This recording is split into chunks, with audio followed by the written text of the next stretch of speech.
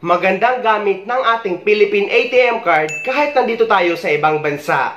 Nasubukan ko na rin ito sa halos lahat, kaya isi-share ko na rin sa inyo. Dahil kung meron kayong Philippine ATM card dito sa ibang bansa, kagaya ng BPI, PNB at BDO, at kahit anumang Philippine bank card na activated na sa Pilipinas, ay pwede nyo magamit na pangbayad dito sa Dubai or sa kahit saan mang bansa. For example, pambayad ng taxi, pagbayad ng pagbook ng hotel, shopping center, at sa pamimili ng grocery. At kahit saan pa guys, katulad na lang ng pharmacy. Lalo na kapag meron itong Mastercard at nag-a-accept din ng Mastercard yung babayaran yung establishment. At nasubukan ko na rin yung BPI card ko nung nag-travel ako sa iba pang bansa kagaya ng Taiwan. Nung nag-book ako ng hotel at pambayad ng fast food kagaya ng McDonald's at iba pa. At ang kagandahan dito guys, kapag nag-swipe kayo ng card nyo na nag-a-accept ng Mastercard, ay yung exchange rate ay halos pareho lang at halos walang additional charges. Pwera lang kung gagamitin nyo ang ATM card nyo or ang Philippine ATM card nyo na pang-withdraw sa ibang bansa. Yes guys, kasi ina-accept dito sa ibang bansa or pwede kayo makapag-withdraw dito gamit ang Philippine ATM card nyo. Ngunit merong additional charges kagaya sa conversion. For example, 15 pesos kada 1 dirham ang palitan ngayon. Pero kapag nag-withdraw ka dito sa ibang bansa gamit ang Philippine ATM card mo, is ang magiging palitan base sa pagbilang ko or sa pag-count ko ay magiging 16 pesos na per 1 dirham. So kung mag-withdraw ka ng 100 dirham, ay may additional charges na 100 pesos.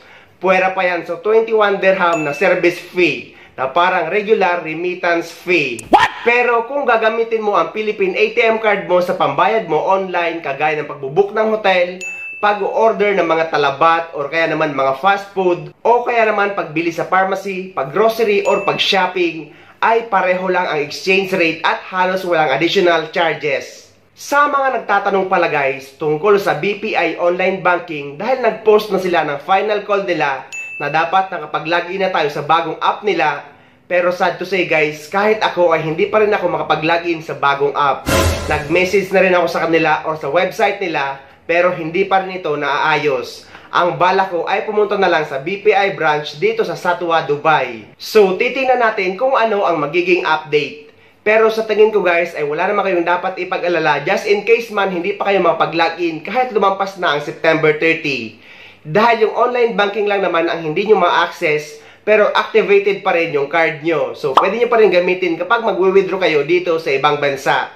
Pero mas mahalaga pa rin sa atin, lalong-lalo na sa akin, ang Philippine online banking. Dahil doon ko na pinapadaan kapag nagpapadala ako sa Pilipinas at kapag nagbabayad ng bills or kapag nagtatransfer sa GCash.